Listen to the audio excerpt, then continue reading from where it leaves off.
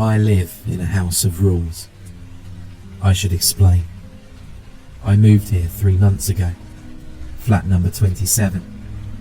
The flat was a repossession. I never met the previous owner, and to date know him only from the post I receive in his name. I could make up stories of him vanishing, or his screams being heard in the darkness one night. I could make exaggerated claims about all of this, but this is not a work of fiction, nor is it written to entertain.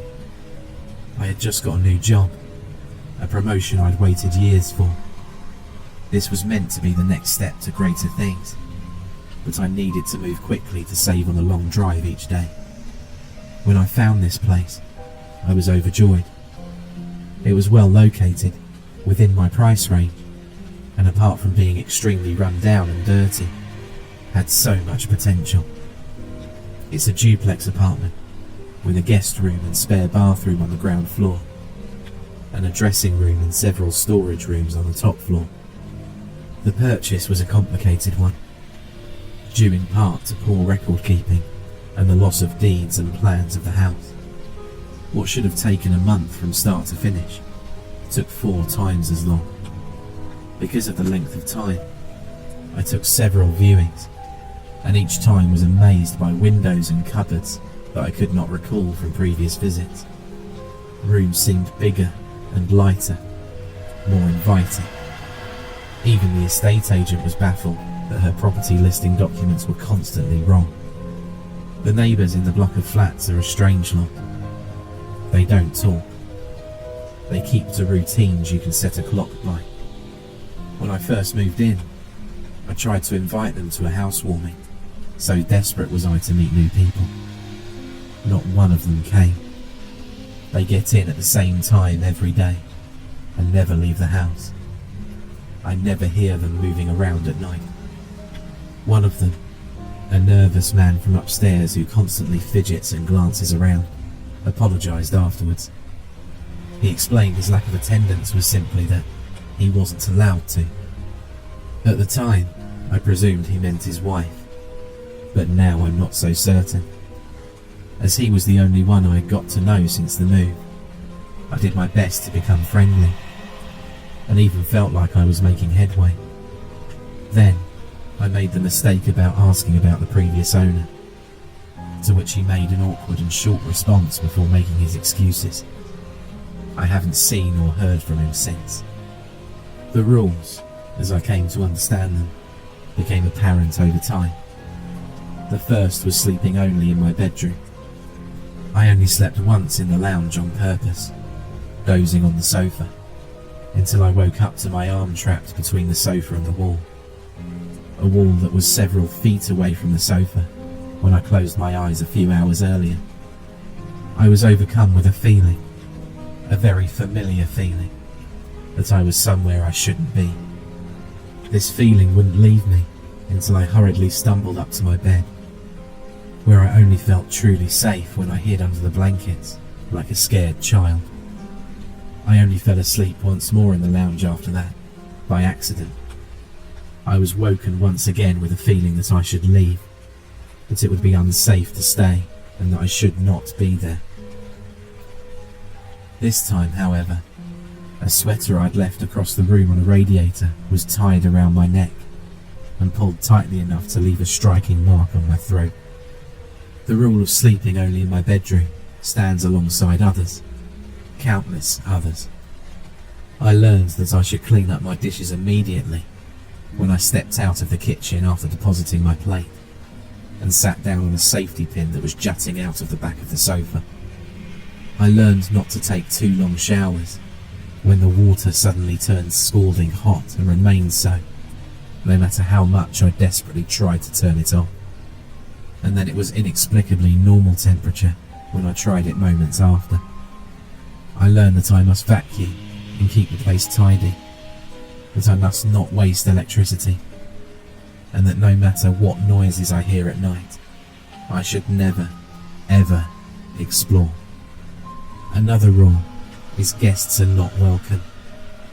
The last time I had a guest, it was a friend who invited themselves by making arguments to come and see me until I relented. How could I not? Despite my concerns that I could not air down for the weekend, I spent the entire time terrified for their safety, and pretty much drove them away with my strange behaviour accordingly. But there were no events. Such things made me bold, and I began to relax. I stayed awake until late, played music at night, and did whatever I wanted, even going so far as feeling like I'd triumph as the house remained meekly quiet. It was almost immediately after they left that I first noticed the headache and nausea, which got worse and worse as the gas leak continued. I only just made it out before I succumbed. I have so many things I could tell you, example after example. I don't know where to begin. I need you to look past your skepticism and see that this is real, that this is more than coincidence. This is more than just child's play haunting. I am not being haunted, I am being ruled. The rules are only a part of it. They are the part I play. The rest is done without me, and not only that, but done around me. The walls shift. Doors open some days, but won't the next. The number of windows in my bedroom increased one by one over consecutive nights, and then there was only one again. There's a cupboard at the top of my stairs that changes in sizes quite regularly. One of the most terrifying experiences of my life was when I opened it and saw it went back several meters more than I remembered. When I walked in, somehow the door shut behind me and I groped in the dark, silently reaching out for a wall I knew must be there, yet my fingers touched only air. I don't know how long I fumbled in the dark, but it was only as my panic attack rose that my shaking fingers found the wooden door. Have you ever woken up in a room with a chair sitting at the end of your bed? A chair that came from the dining room. The dining room that's down a flight of stairs and along a hallway. Have you ever walked into a room and seen a storage cupboard that wasn't there before?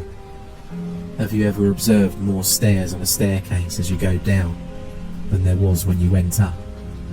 Have you ever entered a room looking for something, and then when you gave up and left, realised an hour and a half had passed? I've lived all of these things, and were I a better, more scientific man, I would have kept a running log of all of it. I would have found proof I need to show the world I'm not crazy, that this is real, that this is a nightmare I am living. 5 hours have passed since I sat down to write this, and when once I hoped to prepare some lunch, and hope there are no drawing pins in my bread, like last week when I realised I hadn't vacuumed. It's getting dark. I now live a life of routine just like my neighbours. I just turned off the music. No loud noises after dark is one of the rules. It's the one I hate the most because it makes me feel so alone. Lights left on in rooms that are empty, or too many in one room, are prone to fusing, or even shattering without warning. So I currently only have the glare of the screen, the television, and a lamp.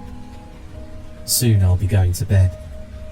The doors that shut behind me as I head up to bed lock behind me, and I'll wake up in a room with windows wherever they please, and doors that may or may not open to cupboards that can be as small or as big as each variation allows.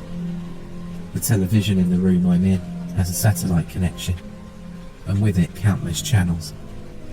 Right now, all are a fuzz of static, except for National Geographic, so I'm forced to listen to a documentary on carnivorous plants as I speak. I try not to dwell on the exhaustion of a beetle on the screen, as it tries in vain to escape from the prison that will soon digest it. The remote does not appear to work. It took my pulling the plug from the socket to turn it off just a moment ago, and even that I was loath to do so, for the fear that it might stay on never left me, and I knew that if those images had continued when the plug was removed, I would have screamed myself into madness. I could push the neighbours to talk more, I could rebel against the rules. I could start a fire and torch the whole building. But truly, I just want to get by. I get the feeling that up until now, I've simply been coached, like a dog, to do what's required of me. I feel like the punishments could get a lot worse. The occasional demonstration of strength, the enforcement of the rules, and the occasional mild punishment when I transgress, is like one taps the nose of a dog when it misbehaves. That is what I hope for if I can behave. Stepping out of line only causes me harm and fear. It's only out of fear and reference to my own human dignity that I don't explain here what happens when the house feels it really needs to punish me. Needless to say, the scar will be with me the rest of my life. Which brings us to here. I can't go on. I took the decision to say this with the remaining fight I still have left in me, to at least ask for help. I can't do it over the phone. I can't write a letter. My only hope is to spread this out into the ether, to draw attention to my plight. All I can hope is that someone sees enough to spot my cry for help, that they find a way to contact me, where I can get the lifeline I need to escape. I can't ask directly, it's too risky. Besides, any form of open rebellion has been snuffed out of me, with pain, suffering, and terror. I fear for my safety, for my punishment for breaking the rules. I'm surprised it's even being allowed to get this far. In over 1,000 words I've spoken, there hasn't been a power cut or computer error that's lost everything. Perhaps there's still hope. But the truth is, I'm scared. Scared of what touched my face in my sleep the night before last, after I accidentally left a tap running, clutching firmly the bruises on my cheek that still remain. I'm scared of what left a pair of scissors in my shoes, of what power moves wooden doors and plaster walls, seemingly at a whim.